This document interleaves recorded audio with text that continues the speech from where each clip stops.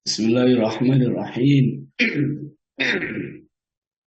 Assalamualaikum warahmatullahi wabarakatuh. Waalaikumsalam warahmatullahi wabarakatuh. Warahmatullahi wabarakatuh. Alhamdulillahirabbil alamin. Assalatu wassalamu ala asyrafil anbiya'i wal mursalin. Sayyidina wa maulana Muhammadin wa ala alihi wa ashabihi wa man tabi'ahum bi ihsani ila yaumil. Qala Allah Ta'ala fil Qur'anil Karim. Bismillahirrahmanirrahim. Wa innaka la'ala khuluqin 'azim. Faqala Rasulullah sallallahu alaihi wasallam, innamal bu'ithu liutammima makarimal akhlaq. Al-hadis amma ba'd. Al-Mukarram Ustaz Dr. Andes Kiai muliakan Ustaz Abdul Wahid yang telah membantu dalam pelaksanaan kajian Al-Quran. Saya muliakan para ustadz, ustadzah, para kiai, punyai yang ikut bergabung dalam kajian Asyifa pagi hari ini. Saya muliakan. Alhamdulillahirabbil alamin.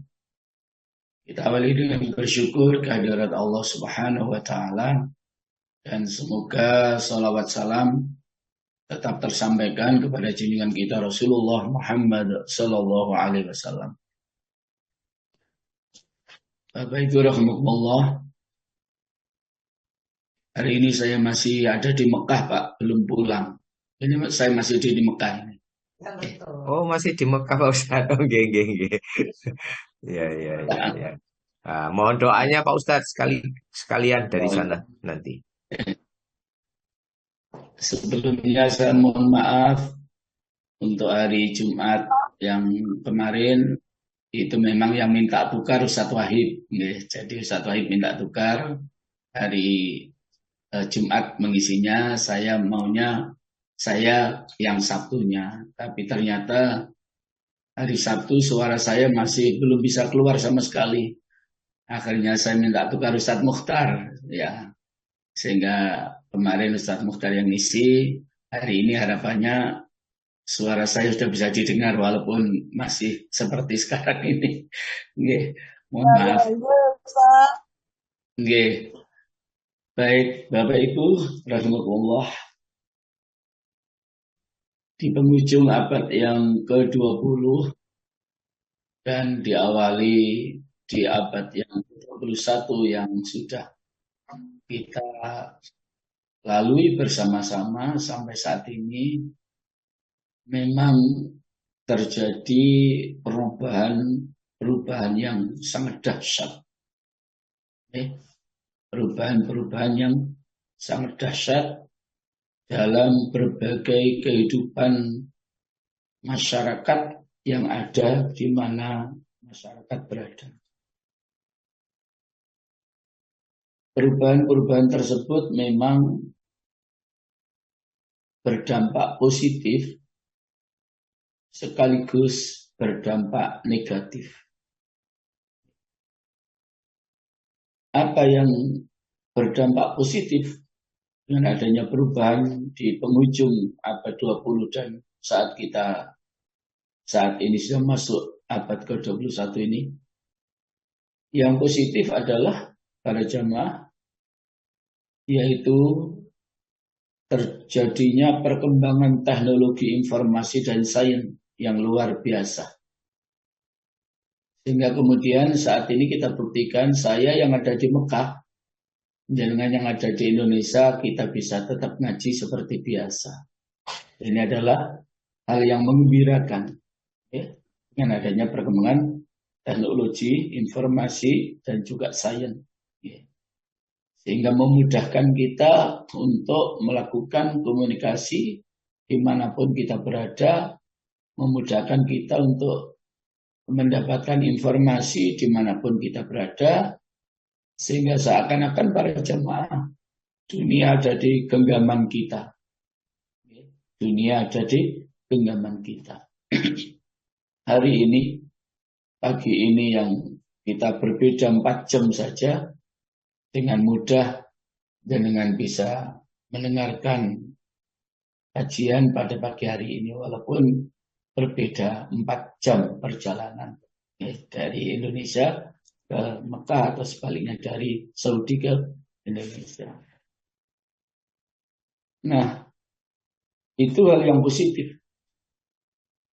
Kemudian dampak yang negatif yang sangat menggelisahkan masyarakat adalah terjadinya dekadensi moral, ya, kebobrokan moral yang terjadi dalam segala aspek kehidupan kita. Bapak Ibu rahimahullah, moral itu memang tidak kita kenal istilah moral atau etika itu dalam Al-Quran maupun As-Sunnah. Karena moral itu adalah dari bahasa Latin, dari mos, lalu jamaknya menjadi mores, yang artinya kebiasaan atau adat. Sementara etika itu kita dapatkan dari bahasa Yunani yang artinya ethos. Bahasa aslinya yaitu ethos yang artinya juga moral atau etika. Nah, jemaah rahimahullah, sekali lagi secara lafziyah kita tidak pernah menemukan kalimat etika maupun moral dalam Al-Quran maupun dalam Al-Hadis. Tetapi ada sinonim persamaan pemahaman atau pengertian dari kata moral atau etika itu, yaitu dengan kata akhlak. Dengan kata akhlak. Nah, dalam Al-Quran, surat Al-Qalam, surat yang ke-68, ayat yang keempat, Allah Subhanahu wa Ta'ala dawuh, wa innaka la'ala khuluqin 'azim. Jadi, sesungguhnya engkau Muhammad berada di atas budi pekerti yang agung. Ini yang kemudian sering saya sampaikan, salah satu pujian Allah terhadap Rasulullah Muhammad SAW karena beliau memiliki akhlak yang agung.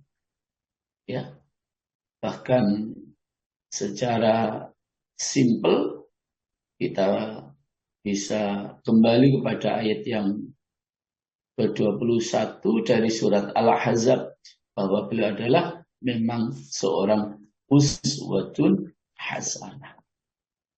Jadi sebagai suri tauladan yang terbaik dalam segala aspek kehidupan umat manusia. Dalam hal akhlak, dalam hal ibadah, dalam hal ketauhidan, keimanan, dan yang lain dan yang lainnya, semua memang ada pada diri beliau sebagai uswatun hasanah, contoh yang baik. Bahkan istri beliau Siti Aisyah pernah ditanya oleh sahabat, bagaimanakah hak Rasulullah SAW itu? Aisyah menjawab, khuluquhul Quran. Akhlak Rasulullah itu adalah Al-Quran. Artinya para jamaah, bahwa perilaku beliau, tindakan beliau, ucapan beliau, itu semuanya mencerminkan isi secara keseluruhan dari Al-Quranul Karim. Makanya dikatakan oleh Aisyah, khuluquhul Quran. Akhlak beliau adalah Al-Quran. Masya Allah. Ya, Masya Allah. Ini luar biasa. Terjemahullah. Begitu di dalam As-Sunnah. Juga kita temukan sebuah hadis riwayat Imam Malik. Hadis ini sudah amat sangat kita kenal. innama bu'itsu liutammima makarimal akhlak. Sesungguhnya aku diutus, kata beliau, hanya untuk menyempurnakan akhlak yang mulia.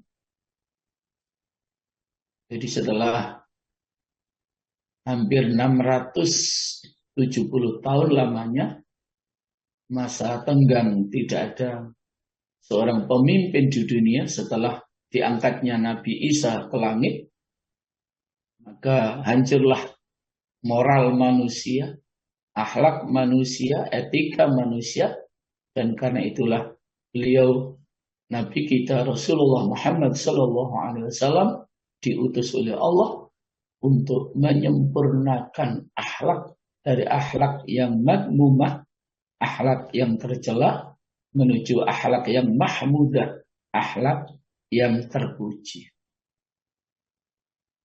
Bapak Ibu rahmatullah, saat belum disyariatkan Islam itu memang yang berlaku adalah hukum rimba. Siapa yang kuat, dia yang berkuasa. Tidak ada aturan yang mengatur dalam kehidupan di dalam masyarakat saat itu. Jadi amburadul bahasa kita. Karena memang tidak ada aturan. Bahkan terkenal dengan dekadensi moral terjadi dalam segala aspek kehidupan mereka saat itu. Makanya justru salah satu Sallallahu Alaihi Wasallam adalah liutammima makarimal akhlak, adalah untuk menyempurnakan akhlak yang mulia dari akhlak yang jelek. Imam Al-Ghazali mengartikan moral atau etika itu pada jamaah adalah hal yang melekat pada jiwa manusia, yang darinya kemudian timbul perbuatan yang baik dan juga timbul perbuatan yang tidak baik.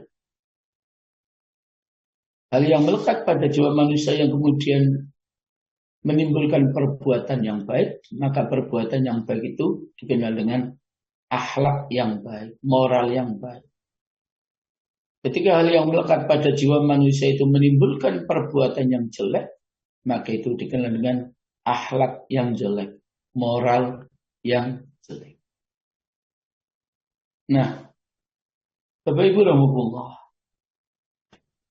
kriteria baik dan buruk, ya, itu memang dapat kita lihat dari pemahaman terhadap ayat-ayat Al-Quran maupun juga dari As-Sunnah. Jadi kriteria baik dan buruk itu bisa kembali kepada hati nurani kita. Kembali kepada hati nurani kita. Dan sesungguhnya untuk bisa berbuat baik itu pada jemaah adalah sesuatu yang sangat mudah. Jadi untuk bisa berbuat baik itu pada jemaah sesungguhnya adalah sesuatu yang sangat mudah. Kenapa? Karena manusia itu diciptakan oleh Allah adalah mempunyai kecenderungan untuk berbuat baik. Saya ulangi sekali lagi, manusia itu diciptakan oleh Allah itu memang mempunyai kecenderungan untuk berbuat baik. Hal ini berdasarkan hadis riwayat Imam Al-Bukhari, Rasulullah Muhammad SAW, beliau dawuh, kullu mauludin yuladu ala fitrah, fa'abawahu yuhawwidanihi aw yunassiranihi aw yumajjisani. Kata beliau bahwa setiap anak yang dilahirkan itu dalam keadaan fitrah, suci, bersih, beriman kepada Allah Subhanahu wa taala. Hanya karena peran kedua orang tuanya lah yang menjadikan anak itu kemudian menjadi seorang Yahudi menjadi seorang Nasrani, bahkan seorang Majusi. Jadi berdasarkan daripada hadis tersebut para jamaah, jelas bahwa untuk berbuat baik itu sesungguhnya sangat mudah karena memang kita ini diciptakan memiliki kecenderungan untuk berbuat yang baik. Bapak Ibu rahimahullah, salah seorang sahabat namanya Wabisah bin Ma'bah pernah datang kepada Rasulullah Sallallahu Alaihi Wasallam dan beliau kemudian sahabat ini bertanya kepada Rasulullah, ya Rasulullah, tolong beritahukan kepada kami tentang bentuk-bentuk kebaikan dan batas-batasnya kebaikan itu.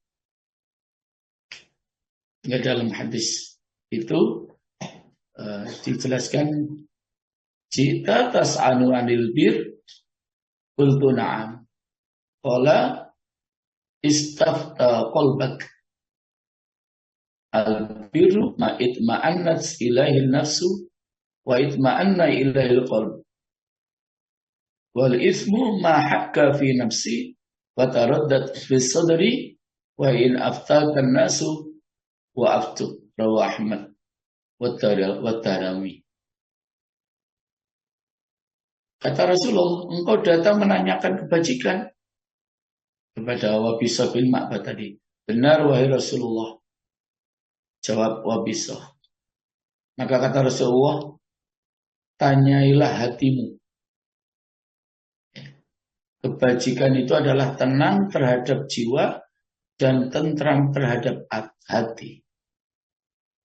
Jadi cirinya kebaikan itu, jamaah, adalah tenang terhadap jiwa dan tentram terhadap hati. Jadi kalau kita melakukan sesuatu itu menjadi sebab hati kita tenang, jiwa kita tentram, maka yang kita lakukan itu pasti sesuatu yang baik. Sedangkan dosa adalah mengacaukan hati dan menimbangkan dada, walaupun setelah orang itu memberi. Jadi ciri kebaikan itu jika apa yang kita lakukan itu menjadi sebab hati kita tenang, jiwa kita tentram. Ciri kejelekan atau perbuatan dosa itu yang menyebabkan hati kita menjadi goncang, menyebabkan hati kita menjadi sedih. Maka tentu sebagai orang beriman kepada Allah Subhanahu wa taala, para jemaah, kita bisa merasakan apa-apa yang kita lakukan. Apakah itu menyenangkan hati kita dan menenteramkan jiwa kita, berarti yang kita lakukan pasti baik. Tapi jika kita melakukan sesuatu yang kemudian menyebabkan hati kita menjadi goncang, menjadi gelisah, menjadi sedih, gundah gulana, berarti apa yang kita lakukan pasti adalah perbuatan dosa yang tidak diridhai oleh Allah Subhanahu wa taala. Bapak Ibu rahimahullah, dalam diri manusia yang tadi melalui hadis tadi yang ada fitrah, ada fitrah untuk senantiasa melakukan perbuatan-perbuatan yang baik. Kalaupun kemudian ada di antara kita yang melakukan perbuatan-perbuatan yang jelek itu, pasti karena ada sebabnya yang memaksa kita untuk berbuat jelek itu. Jadi karena dalam diri kita ini ada fitrah, maka itu yang menyebabkan kita mudah melakukan perbuatan yang baik. Dan kemudian kalau satu saat kita melakukan perbuatan yang jelek, itu pasti karena ada sebab yang memaksakan diri kita untuk melakukan perbuatan jelek itu. Itulah yang kemudian disampaikan oleh Allah dalam firman-Nya yang ada di dalam surat Al-Baqarah. Di cuplikan ayat 286 itu Allah dawuh, laha ma kasabat wa 'alaiha maktasabat.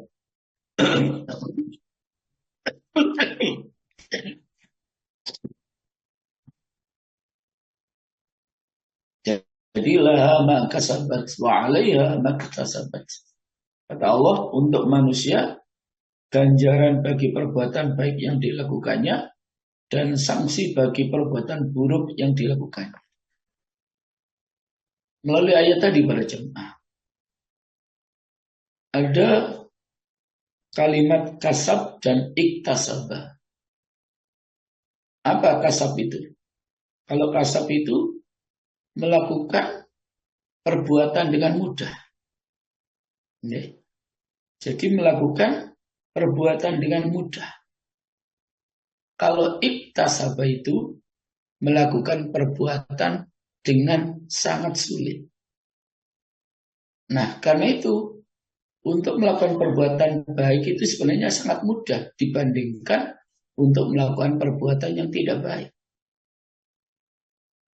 Jadi kalau bahasa umumnya, neraka itu jauh lebih murah dibandingkan, maksud saya surga itu jauh lebih murah dibandingkan dengan harga neraka.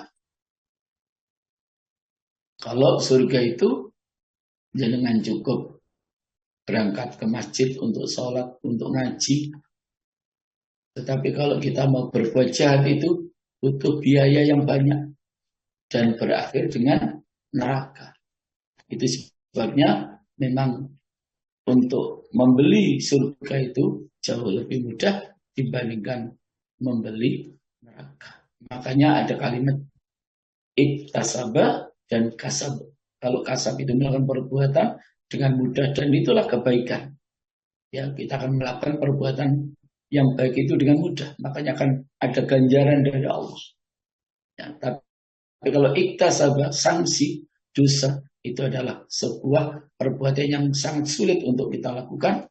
Dan karena perbuatan yang kita lakukan itu adalah perbuatan yang jelek, maka Allah akan memberikan sanksi atau dosa kepada kita yang telah melakukan perbuatan jelek tersebut. Nah, Bapak Ibu rahimahullah,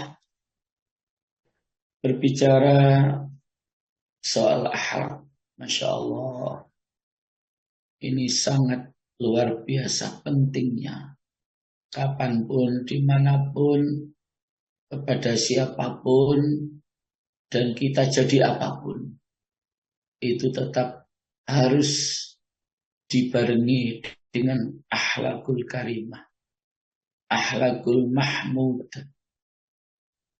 Sehingga saya membahasakan, Bapak Ibu, sebenar apapun perbuatan yang kita lakukan, jika tidak disertai akhlak, maka akan ternilai sebuah kejelekan dan kejahatan.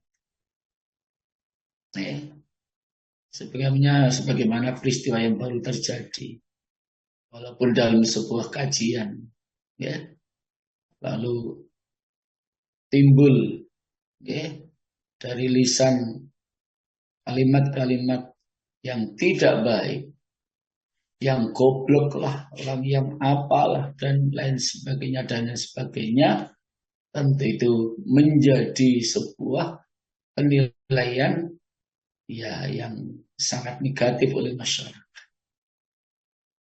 Maka ingatlah pesan almarhum Kiai sejuta umat, Ustadz Zainuddin MZ. Dakwah itu harus dengan merangkul, bukan memukul. Dakwah itu harus dengan merangkul, bukan dengan memukul. Dakwah itu harus dengan mengajak, bukan mengejek. Ya. Jadi dakwah itu harus dengan mengajak, bukan mengejek. Ya. Sehingga kemudian sampai Rasulullah SAW, dan ini sudah berkali-kali saya sampaikan, pada tahun ke-8 Hijriah saat terjadinya Fathu Makkah, kemenangan kota Mekah dalam tampuk kepemimpinan umat Islam saat itu, waktu itu para sahabat euforia, para jamaah. Mereka semua mengatakan, hadza yaumul malhamah. Hari ini adalah hari balas dendam kita kepada mereka orang-orang kafir. Ketika euforia terjadi dari para sahabat, hadzal yaum yaumul malhamah. Justru Rasulullah berteriak lebih keras, la, tidak. Hadzal yaum yaumul marhamah. Hari ini adalah hari yang penuh kasih sayang. Masya Allah. Itulah akhlak Rasulullah. Ya. Kalau mereka euforia, hari ini adalah hari pembalasan kita kepada mereka. Tapi justru Nabi berteriak lebih keras, tidak, hari ini adalah hari yang penuh kasih sayang. Saat mereka orang-orang kafir saat itu sudah siap untuk berpisah kepala dengan badannya. Karena umat Islam pasti akan balas dendam. Tapi justru salah satu isi pidato Rasulullah SAW yang menyebabkan mereka sangat terkejut adalah beliau mengatakan, saudara-saudara, saudara-saudara hari ini bebas. Tidak ada saling balas dendam di antara kita. Tidak ada saling permusuhan di antara kita. Tidak ada saling mengusir di antara kita. Saudara-saudara hari ini bebas. Masya Allah. Ini akhlak yang luar biasa. Yang telah dicontohkan oleh Rasulullah Muhammad Sallallahu Alaihi Wasallam. Makanya dalam menyikapi peristiwa yang lagi viral itu para jemaah, seorang kiai senior, Kiai Agus Mustafa, beliau sampai menangis. Saya betul-betul minta tolong kiai-kiai muda, ustadz-ustadz muda, jaga akhlak, baik perbuatan maupun juga ucapan, jaga akhlak, jaga akhlak. Para jemaah, dan puncaknya persoalan akhlak itu, Masya Allah, ini harus kita pahami jemaah. Dalam sebuah hadis Rasulullah SAW beliau dengan tegas, akmalul mu'minina imanan ahsanuhum khuluqan. Jadi sesempurnanya iman seseorang itu jika orang tersebut memiliki akhlak yang baik, memiliki akhlak yang terbaik, ahsanu khuluqan, akhlak yang terbaik. Jadi kesempurnaan iman kita itu jemaah adalah sejauh mana kita memiliki akhlak yang baik. Saya tadi sudah sampaikan, sebenar apapun perbuatan yang kita lakukan jika tanpa disertai akhlak, pasti akan dinilai jelek oleh masyarakat. Ya, ceramah dengan mengolok-olok, ceramah dengan mencaci maki, ceramah dengan ucapan-ucapan yang tidak baik, pasti akan menjadi sebab masyarakat akan menilai jelek, walaupun ngaji itu aslinya baik. Pasti akan dinilai jelek. Bahkan setinggi apapun ilmu kita, setinggi apapun pangkat jabatan kita, sebanyak apapun harta kekayaan kita, jika semua itu tidak kita sertai dengan akhlak, orang akan bilang begini jemaah, pinter, ganteng, ayune ayu, pangkate pangkat, tapi delon akhlaki. Pasti akan seperti itu. Lihatlah akhlaknya. Jadi Masya Allah, sesuatu yang amat sangat penting dalam hal akhlak ini. Bapak Ibu para jemaah rahimahullah. Karena itu pula para jemaah rahimahullah, dalam Al-Quran itu para jemaah hampir semua isinya itu adalah tentang akhlak. Jadi si Al-Quran itu tidak hanya dogmatis tentang keimanan, tentang ibadah, tapi juga isinya semuanya hampir ada pesan moral, pesan akhlak, pesan etika. Dan bukti-bukti yang menguatkan bahwa Al-Quran itu berisi seperangkat nilai moral, nilai akhlak, nilai etika para jemaah, kita dapat melihat yang pertama adanya prinsip keadilan. Insya Allah. Jadi prinsip keadilan ini yang sangat menonjol dalam pernyataan-pernyataan yang ada di dalam ayat-ayat Al-Quranul Karim. Yang kedua para jamaah, adanya prinsip egalitarian. Apa egalitarian itu? Egalitarian itu adalah prinsip memandang semua manusia sama. Ya, semua manusia sama. Sehingga kalau pernah ada sebuah penelitian oleh sarjana barat, ya, yang kemudian menulis buku, ada Islam abangan, ada Islam santri, ada Islam priayi, itu tidak berlaku dalam Islam. Islam tidak mengenal perbedaan kasta, ras, suku, bangsa, semua di hadapan Allah sama. Yang membedakan satu jemaah, ketakwaan kita kepada Allah Subhanahu wa ta'ala. Inna akramakum indallahi atqakum. Sesungguhnya yang paling mulia di antara kalian di sisi Allah adalah karena ketakwaan kita kepada Allah Subhanahu wa ta'ala. Adalah karena cerminan moral yang baik kita kepada Allah Subhanahu wa ta'ala. Bapak Ibu para jemaah, untuk mengetahui secara konkret tentang prinsip-prinsip keadilan dan egalitarian yang ada di dalam Al-Quran itu para jemaah dan di dalam As-Sunnah, mari kita lihat beberapa teks ayat-ayat Al-Quran yang terkait dengan aspek-aspek kehidupan umat manusia. Di antaranya para jemaah tentang aspek sosial. Bapak Ibu rahimahullah. Jadi Al-Quran memberikan panduan kepada kita dalam kehidupan sosial kemasyarakatan. Apa panduan yang diberikan oleh Al-Quran dalam kehidupan sosial kemasyarakatan? Sehingga kita mampu untuk memahami batasan-batasan bagaimana manusia itu harus bergaul dengan orang lain. Bagaimana manusia itu harus bergaul di tengah-tengah masyarakat yang ada di sekitarnya. Dengan jelas para jemaah, Allah Subhanahu wa ta'ala dawuh di dalam surat Al-Maidah, surat yang kelima yang kedua, wa ta'awanu 'alal birri wat taqwa wa la ta'awanu 'alal itsmi wal 'udwan. Bertolong-menolonglah kamu dalam kebajikan dan ketakwaan, dan janganlah kamu saling menolong atas dosa dan permusuhan. Masya Allah. Jadi harusnya itu yang kita jadikan pedoman jamaah dalam kehidupan ini. Ya, kita diperintahkan untuk saling tolong menolong dalam kebajikan dan takwa.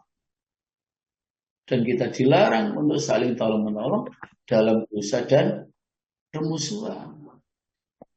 Melalui kalimat-kalimat yang tidak baik menyebabkan terjadinya permusuhan. Makanya dalam peribahasa Arab itu dijelaskan salamatul insan fi hifdzil lisan.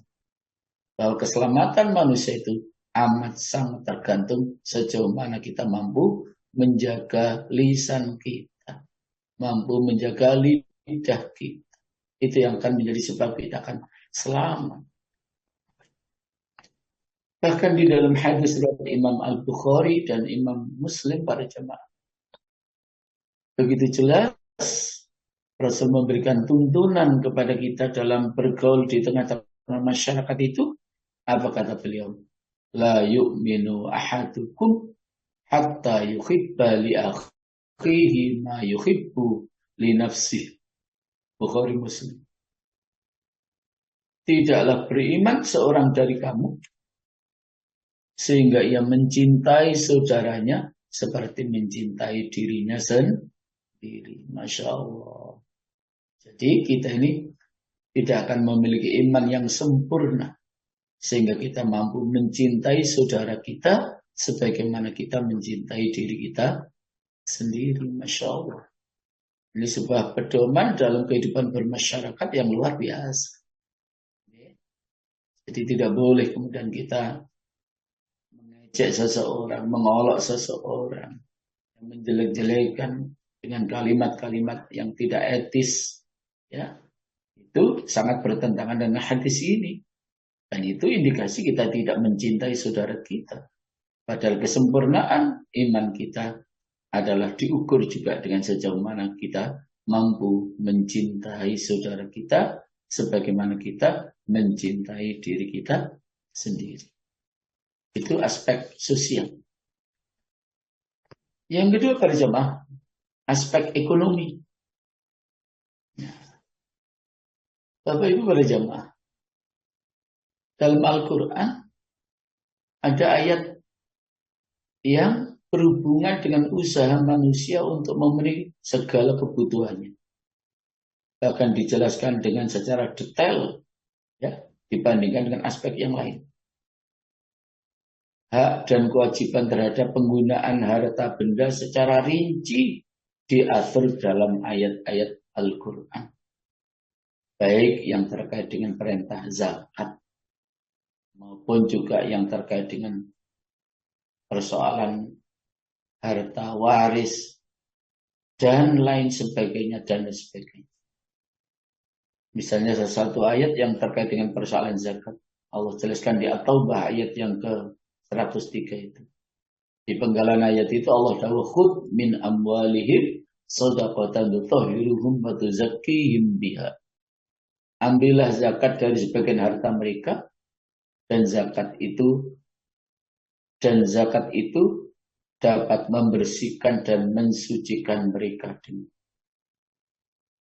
Jadi Masya Allah, ini konsep zakat yang kemudian mekanisme berikutnya harus ada distribusi materi.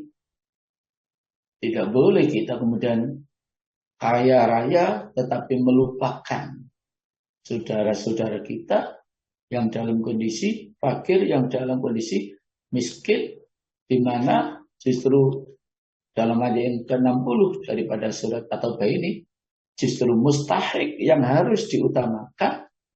Para orang yang berhak menerima zakat atau mustahik yang harus diutamakan justru pertama fakir, yang kedua miskin. Jadi tidak boleh kita hidup seenaknya dengan harta kekayaan yang kita miliki, lalu kita melupakan saudara-saudara kita yang dalam kondisi miskin, dalam kondisi fakir. Justru itu yang harus betul-betul kita perhatikan. Nasib mereka itu yang harus betul-betul kita perhatikan. Nah, Bapak Ibu Rahimahullah, aspek yang ketiga adalah aspek politik. Rahimahullah. Jadi di antara aspek kehidupan yang diberikan pedoman dalam Al-Quran adalah persoalan politik ini. Secara detail memang tidak ada aturan baku yang berkenaan dengan politik yang tersurat di dalam Al-Quran. Namun, apabila kita teliti, ada beberapa ayat yang mencerminkan etika berpolitik yang baik. Mencerminkan etika berpolitik yang baik. Dan prinsip-prinsip inilah yang dalam sejarah Islam memberikan dorongan timbulnya pandangan tentang relasi agama dan negara. Jadi agama dan negara itu nggak bisa dipisahkan, jemaah. Dalam kaitan dengan persoalan politik itu para jemaah, Allah memberikan pokok-pokok ajaran sebagaimana yang dijelaskan di dalam surat An-Nisa ayat yang ke-59. Ya ayyuhalladzina amanu atii'u Allah wa atii'ur rasul.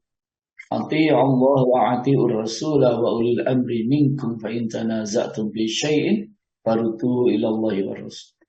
Hai orang-orang yang beriman, taatilah Allah dan taatilah Rasulnya dan ulil amri di antara kamu. Kemudian jika kamu saling berbeda pendapat tentang sesuatu, maka kembalikanlah ia kepada Allah dan Rasul. Oh, ini tuh saya. Jadi para jamaah dapat kita rumuskan paling tidak ada 3 prinsip yang berhubungan dengan kesejahteraan umat Islam, terutama dengan urusan pemerintahan. Apa? Pertama, memang kita harus taat kepada Allah dan kepada Rasul. Yang kedua, taat kepada yang memegang kekuasaan antara kaum muslim, ulil amri. Yang ketiga, mengembalikan kepada Allah dan Rasulnya jika terjadi perselisihan, dikembalikan kepada Allah dan Rasulnya. Nah, yang keempat, para jamaah, aspek pribadi dalam Islam.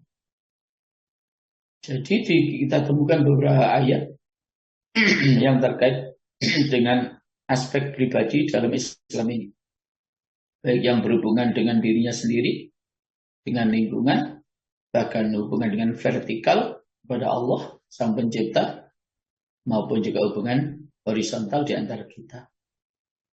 Di antara ayat yang memberikan aturan bagaimana seorang itu memenuhi hak-hak jasmani dan rohaninya, jelas Allah dawuhkan di dalam Al-A'raf ayat 31. Ya bani Adam, khudhu zinatakum 'inda kulli masjid wa kulu washrabu wa la tusrifu. Hai manusia, pakailah hiasan yang bagus-bagus apabila kamu hendak pergi ke masjid, dan makan minumlah asalkan tidak berlebih. Masya Allah.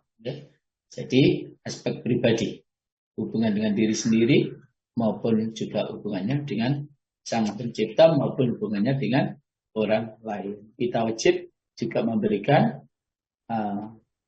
kebutuhan jasmani kita, mengkonsumsi dengan makanan yang halalan dan bahkan thayyib. Akhirnya para jamaah rahimakumullah, di tengah-tengah hembusan perkembangan informasi dan teknologi yang semakin pesat, apakah moral Islam dapat berperan sebagai sebuah alternatif? Tentu jawabannya, pesan-pesan moral dalam Islam yang bersumber dari Al-Quran maupun hadis tetap bisa menjadi sebuah solusi, menjadi sebuah alternatif untuk mengatasi persoalan moral tersebut. Jadi untuk mengatasi persoalan moral tersebut. Dan jika kita lihat pada jemaah, apa yang menjadi sumber krisis akhlak? Yang menjadi sumber krisis akhlak, jika kita lihat dari penyebabnya, itu setidaknya ada 3 hal yang menjadi sumber krisis akhlak itu jemaah.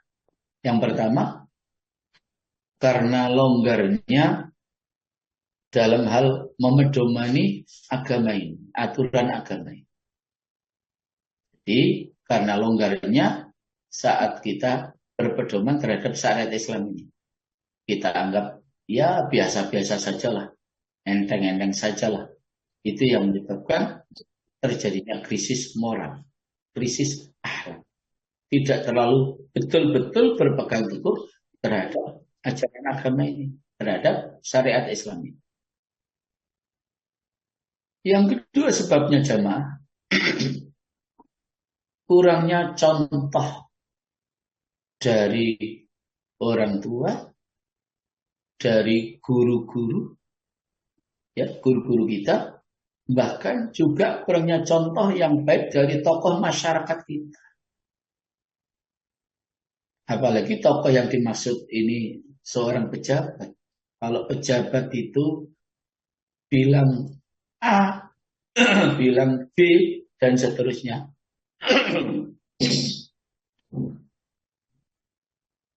Itu sangat efektif jamaah. Sangat efektif. Dan itu pernah saya rasakan sendiri. Sekedar memimpin al-falah saja, ya saya, ya, itu apapun yang saya sampaikan ke ustadz-ustadzah langsung, tidak ada yang pernah membantah dan lain sebagainya. Apalagi pejabat. Nah, kalau pejabat ini sudah mampu memberikan contoh yang baik, Masya Allah, sangat efektif. Oke, makanya kita sebagai orang tua, monggo kita memberikan contoh yang baik kepada anak-anak kita.